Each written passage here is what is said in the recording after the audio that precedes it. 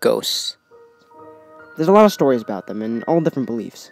Some people don't believe in them, and some do. Heck, some even claim to say that their house is haunted. I mean, you can find so many stories around the internet, and hell, maybe even some in your family. I mean, some ghost stories have been passed down from generation to generation. For the people that do believe, this video has 5 horror stories about ghosts, all believed to be true. Number 1. When my mom was about 3, my grandma began reading The Exorcist when all of a sudden she heard a humming from my mom's room.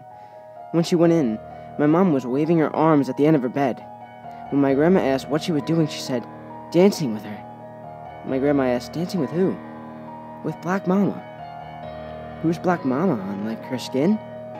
"No, Mommy, like her heart." My grandma burned the book.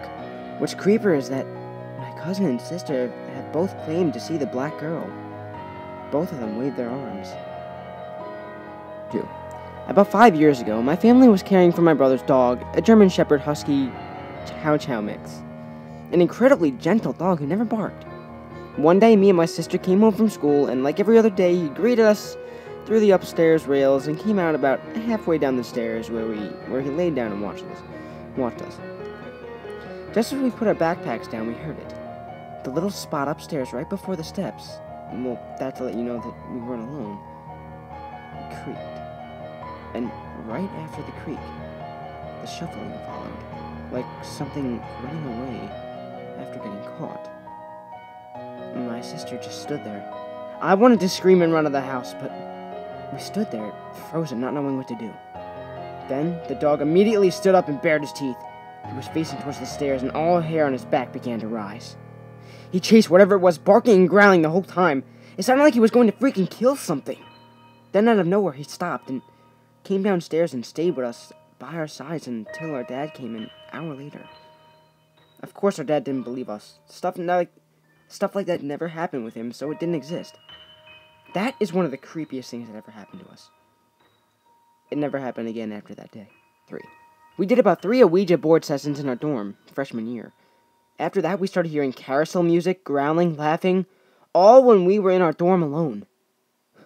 My roommate Jackie also heard the little girl singing along to a song with her when she was driving. Also, one night, she felt the child grab her hand. Throughout all of this, I kept seeing apparitions. A man in uniform standing next to my closet, and a girl with long black hair standing at the foot of my bed. We were right next to Kenstrad Mountain, the site of a major battle, so I figured the man in uniform was a soldier who had perished in battle. As for the little girl, I have no idea.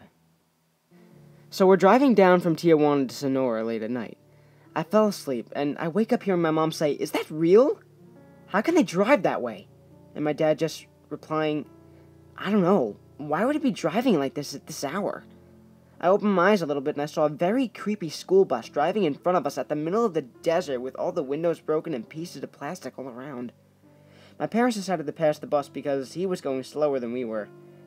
It was dark, so we couldn't see who was driving.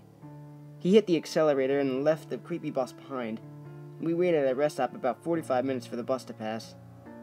The road had no turns, so you had to pass this gas station. It never did. Number 1. When my daughter was 2, I found her twirling paper towel tubes tied with twine in the air. I asked her what she was doing, and she said she was practicing her nunchucks. I was very confused as to how she had no way of knowing what they were. I asked her what she meant, and she said that Adam told her how to make them and showed her each night how to use them. She went on to say that Adam told her to practice because she may need to know how to defend herself someday. I almost freaked out, but I asked her what Adam looked like. She said he was tall, blonde, and had blue eyes. She said, Mommy, you know how he looks. You know him. He died of a headache." I had to leave the room. See, 4 months before she was born, my tall, blonde, blue-eyed martial artist pro friend had died of a brain aneurysm at the age of 27. She has not spoken of him since that day. So, I'm not sure if I scared her with my reaction or if she had just completed her lessons. That's the end of today's video. I don't normally do this, but I wanted to take the time out and do something. There's been a lot of talk on my channel lately, and I've actually been finally starting to get out there. And that's really starting to make me happy. I mean, when I started this, I didn't really expect to get even anywhere, because I have always loved theater and acting and video editing and voice acting and all that stuff since I was like a little kid. Heck, I was pretending to make movies at 5. One day I want to be a famous actor or voice actor or script writer or just anything to do with movies. So I decided one day that I would start here. And you know what? I didn't think I was going to get far on this, but ever since then, I have been doing so much on here. And you know what? When I first started this, I really loved what I did. I really loved voice acting and making videos. I mean, this isn't the first channel I've done this on. My very first channel I did this on was a channel that was deleted a little while ago, a few years ago. And my very first creepypasta was called The Christmas Doll. It was a story I wrote. It was actually based on a true story. There's a couple of true stories, ones about me on my channel, but I bet you can't guess which ones they are. Anyway. There's a few people I actually want to thank on this video. First off, I want to start with you guys, the fans who have been watching faithfully to my channel, and I thank you so much if you like these videos, subscribe, commented, whatever, because that lets me know that you guys actually enjoy the work that I put out there, and I actually enjoy what I do too. Like, I didn't start this channel bored of it or anything, or just trying to find something to do. No, I really wanted to do this from the very beginning. Heck, this is like my heaven here. Doing this video right now for you guys to enjoy, this is like my heaven here. It makes me happy to make these videos. Like, literally, I'll go running to my girlfriend here saying, hey, you gotta see the new video I wrote and all that stuff and blah, blah, blah. But anyway, let's get to the thanking now. After you guys, of course, since you guys have been watching faithfully, I thank you for that. The second person I really want to thank is my girlfriend, Caitlyn. Thank you so much if you're watching this. I love you. You see, you've always been there supporting me as well as everyone else, and really, you're the reason I haven't quit yet, too. I mean, as well as the fans, of course. I mean, every time I was thinking about quitting, there was always you and whoever else that would support me and keep me going, and you know what? I am so happy I never quit this. I never quit this. Yeah, I do a lot of stuttering there. It's weird. Yeah, I have a weird New York accent. I try to hide it in the videos, though. Anyway, I want to say thank you so much. I love you. Like, a lot. Because without you and without these fans, I wouldn't have even gotten this far on this channel. I would have deleted it a long time ago and just went on about my life. Now, I don't have to spend the rest of my life wondering what would have happened. Thanks to you guys. Not to mention, I also have to say, speaking of, there was a 1-hour video event that I had recorded, and I was going to post it on YouTube. It was a big 1-hour creepypasta, right?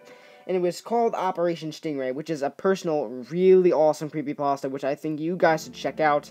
Operation Stingray, I'll leave that link in the comments below, and, I mean, not the comments, what am I doing? I mean, in the description. I'm going to leave that in the description below, because I'm actually going to do that video again, but I don't know when. Like, I can't promise it's going to be the next video or anything. And I'm also going to leave this current video, the one that I did now, in the description below. You know, the stories, obviously. But, yeah, thank you. Once again, thanks to you so much for whoever's been watching faithfully and who's been supporting me constantly and always watching since the beginning. And thank you, Caitlyn, for always supporting me as well as the fans did. I love all you guys, okay? You guys make me happy. And it makes me happy to know that I'm making you guys happy by seeing these videos, okay? So, I will see you guys in the next video. See you guys on Friday.